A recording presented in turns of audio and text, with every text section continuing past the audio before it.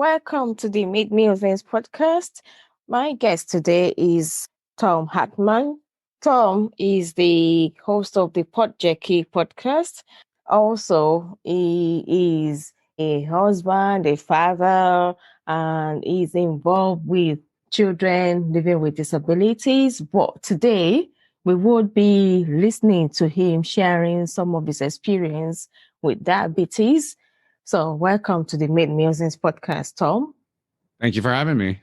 So, can you please tell us more about you and your experience with diabetes, really?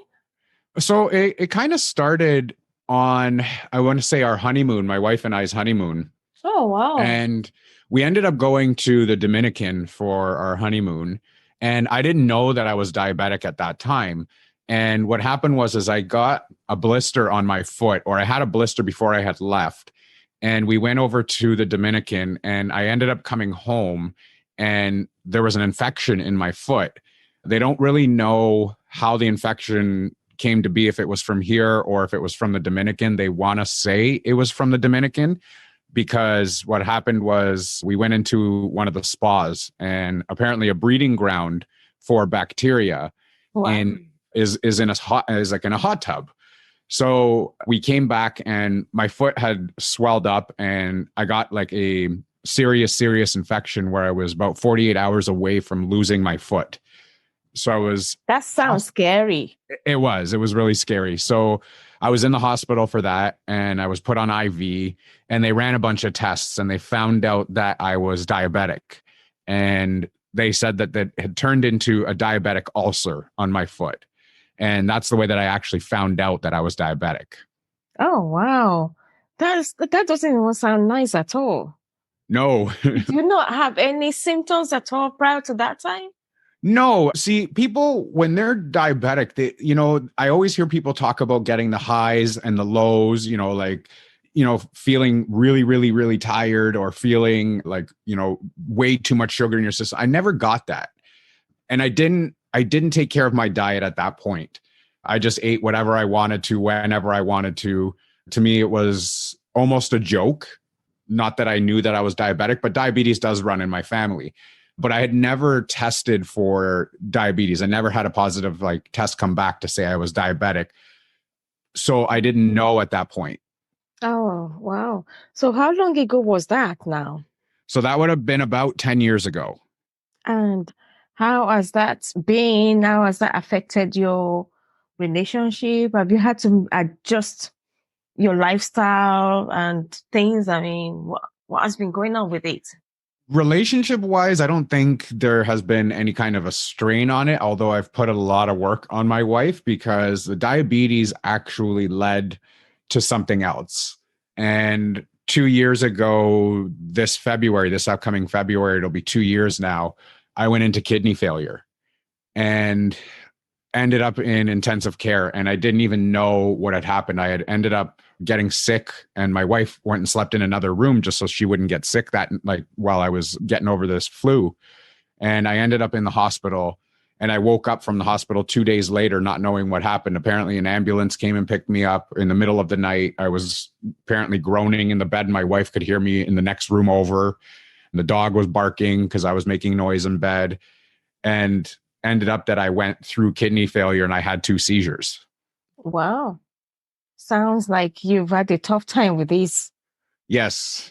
But on the bright side is I'm still here, and I have changed my entire lifestyle. The whole entire lifestyle has changed. I'm on 0 medication for diabetes now. Oh, wow. Which is fantastic. Which I was on medication before.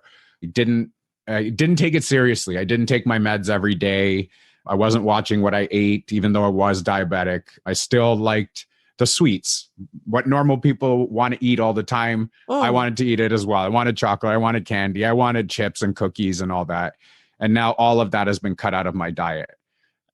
I've lost about 35 pounds in total, which is a little bit too much for my wife's liking. She says I'm too thin now, but the whole lifestyle change had to happen. And now, like I said, I am not on any medication for diabetes whatsoever.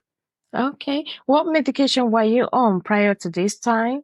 So I was on metformin. It's called metformin. I was Metformin, yeah, on 1,000 milligrams a day. yeah. So, which I don't know if that's a lot compared to what other people take. I wasn't on any insulin, but I was on just the pill form.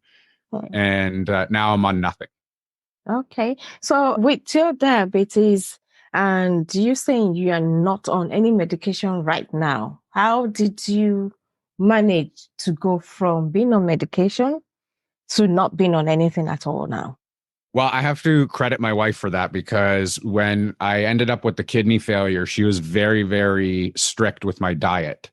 And she changed everything that I was eating. She made sure that I was eating the proper foods.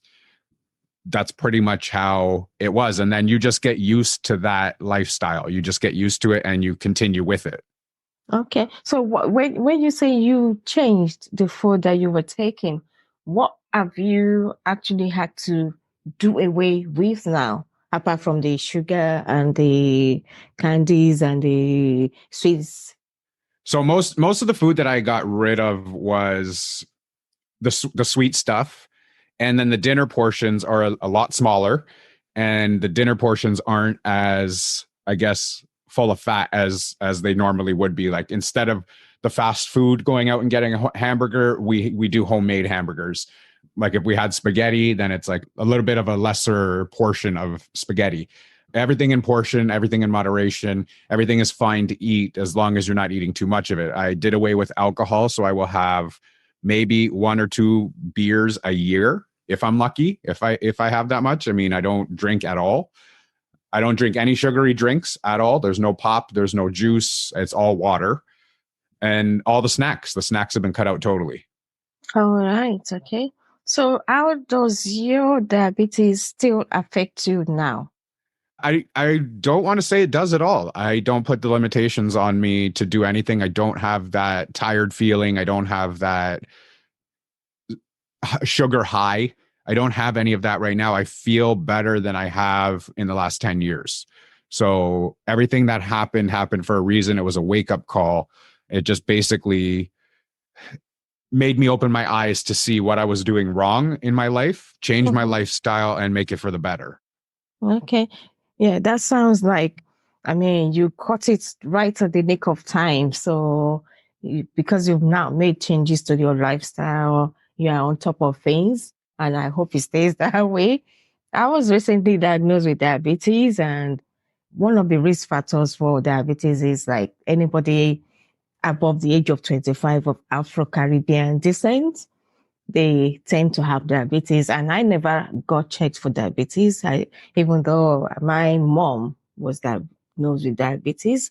Yeah. But I think recently, it was just about 3 months ago, I was in hospital and they were like, okay, let's just test you for, I mean, do it randomly. And they were like, oh, you've got type 2 diabetes. And I, it was just scary for me. I was given this machine to monitor my blood, and I just couldn't get my head around it. Doing 4 tests a day on the machine, and that was scary for me. So I got rid of the machine, and I've changed my lifestyle as well. I do more exercise. I changed my food, cut down on my sugar and everything. And I'm hoping that that works. Not Yeah. that, And, not and, that. and it's true. I had the same thing. I have that machine that you have to test your blood every day. And I got rid of it as well. Not rid of it. I just kind of don't do it anymore because Exactly. I found that with my lifestyle change that my A1C is what they call it here. I don't know if they call it A1C over there, Yeah. but the A1C is the 3 month test that they do. Mm. My A1C was coming back consistent all the time at around 5. Yeah. And that's a good number to be at with your sugar levels or your A1C levels. And it was just consistent. So I said, you know what? I'm doing something right. There's no need to test every day if my numbers are coming back consistent every day. And it's almost the same thing every day. So I don't need to test if I'm not changing the foods I eat and I'm not changing my exercise. If it's snowing, if it's raining, I have 2 dogs. You go for a walk. I take them for a walk. It doesn't matter if the weather's bad. I take them for a walk. It's just for me to get out, and it's an excuse for me to exercise. I bought a treadmill as well, so that if it is a really, really bad storm out, then I can use the treadmill in the house. So Yeah. you have to keep up with that. The doctor actually said to me, I said to him, that's it. This scared me. The kidney failure thing had scared me enough that I was changing my lifestyle. And he said, that's all fine. That's all good. But most people will fall back into the trap that they used to live in. And I said, I guarantee you, I will not fall back into that trap. I said, I was, not that I was dying, but I was close to it with the kidney thing. And I said, that scared me enough that I'm not going through that again. I'm not putting my wife through that again. And, I said, I promise you that my lifestyle will not change, because now I take this seriously. And that's something everyone has to do. Diabetes is not a joke. It isn't. It's not a joke. It's so scary. Like I said, with that machine thing, I was even more stressed with the machine than without it. That's why I got rid of it. Not really got rid of it. I just stopped using it, because I was like, every time I did it, the machine would tell me, oh, use the script. And then I got frustrated. And I was trying every time, and it wasn't just giving me the accurate readings.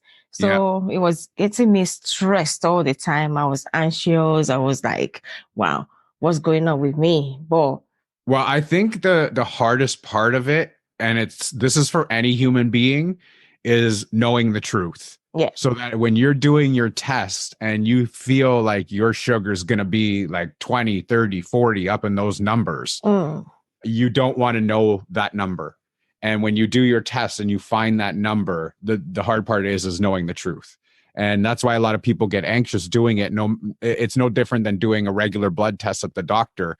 You panic for the few days while you're waiting for the test results, being, am I okay? Is everything going to come back normal? And then you get your test results, and then you're like, okay, wow, okay, I'm good, or the doctor wants to talk to me. So I think just knowing the truth is pretty much what everyone fears. Yeah. So for you, what were the risk factors for you having diabetes? Because, you did say you had a relative that had diabetes. Did you? Yes, my mom is diabetic. Yeah. And she is on insulin. Well, she was on insulin. She's off insulin. She changed her lifestyle as well. There's been a lot of health issues in my family, and unfortunately, I'm the one that gets the pass down, I guess. My two brothers have nothing that has come down from my parents. Only I have gotten it.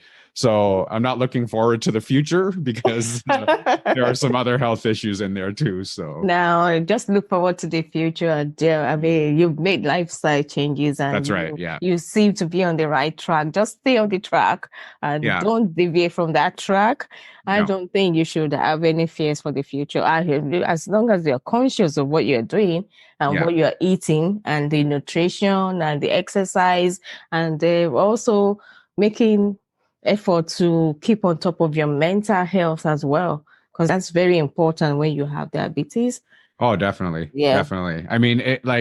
It was a journey the past 2 years, and the diabetes and then the kidney failure, that same point during these 2 years, my brother attempted suicide and my dad had a heart attack. Wow. So it's been a rough 2 years mental health wise, but we got through it. And, you have to stay strong in everything that happens, and you'll be able to keep it going. That's just the plan. I know it's easier said than done. And I know there are people out there that struggle. And I know people have anxiety towards having like health issues or mental health issues or whatever it is. But there are people out there that you can talk to about it. And if you do have that kind of anxiety, or you're afraid or whatever it is, there are people that you can reach out to, and you can get it off your chest. You can talk to them about it in privacy. You can talk to them anonymously, and they can help you through it. And I think that's very important. What you said is to have like a strong mental health to get through anything that you're going through. Yes, definitely. Sorry about your family having to go through all that. Your dad with the stroke and the brother attempting suicide. That's a lot to take on. I had a brother had counseling with a suicide attempt.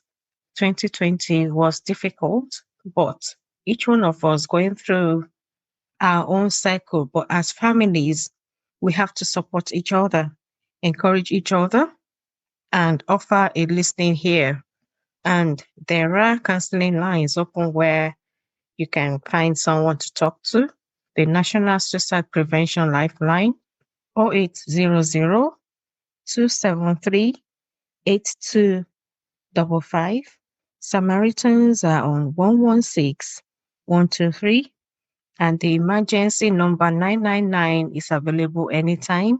I know the fire services also offer counseling services sometimes. And in America, I know the Trevor Project focuses on suicide prevention, and they also offer training for lesbians, gay, bisexual, transgender, queer, and questioning young people under the age of 25.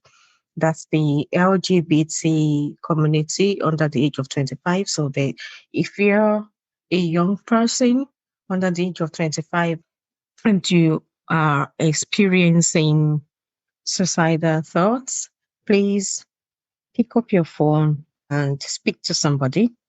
Mind also the Organization for Mental Health and the Samaritans also offer counseling services. There is also the stroke support line, which is 0303 3033 100. Again, 0303 3033 100. That's in case anybody needs that. There are other charities that offer support for mental health, like the CALM. CALM stands for Campaign Against Living Miserably, and their number is 0800 585858. They also offer confidential web chat, and there's also Mind. Mind is another national charity that supports mental health. The number for them is 0300 123 3393. Because we need them. We all need families to support each other. That's so right. when your family is around you, you are able to cope with much more. And when they are going through their own stress as well, it's so difficult to get the support that you need. Yeah. Yeah. Yeah. And the good thing is that everybody has made a full recovery. Everybody is healthy. Everybody is doing well. So, I mean, I guess there was a silver lining to it that everybody's lifestyle had to change. Everybody's health is way better than it used to be. Not that we were an unhealthy family, but, the health issues just crept up on everybody.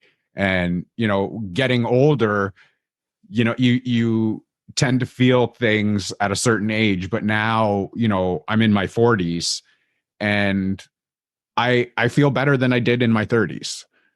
And you had this thing with this diabetes in your 30s, did you? Yeah. Yeah. So, well, that's so important, because I think statistics here says that if you are in your 40s, that's when, as a white person, in your 40s, you have more tendency to have type 2 diabetes. Yeah. Or you've had it in your 30s. So, you got rid of it. Wow, that's so interesting. And what advice would you have for anybody going through diabetes at this time?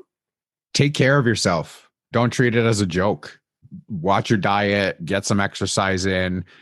That's basically all I can say. I mean, at the end of the day, I went through a lot of health issues because of it.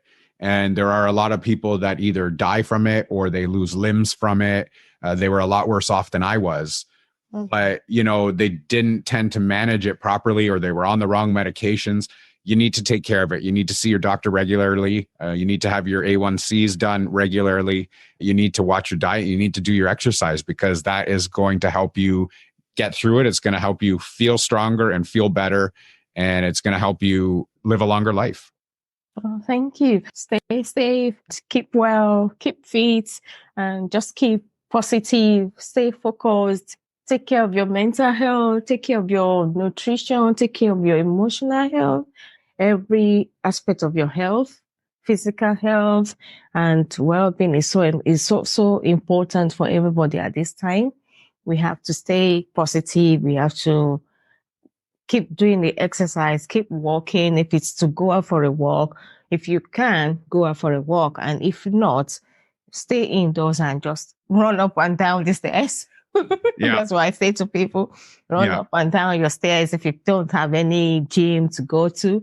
By the time you do like 10 times up and down the stairs, you'd have done probably more steps than you would have done if you were just sitting there. New strain would be cold. So don't let it get to you. Just stay positive. Just keep taking care of yourself and take care of your loved ones as well.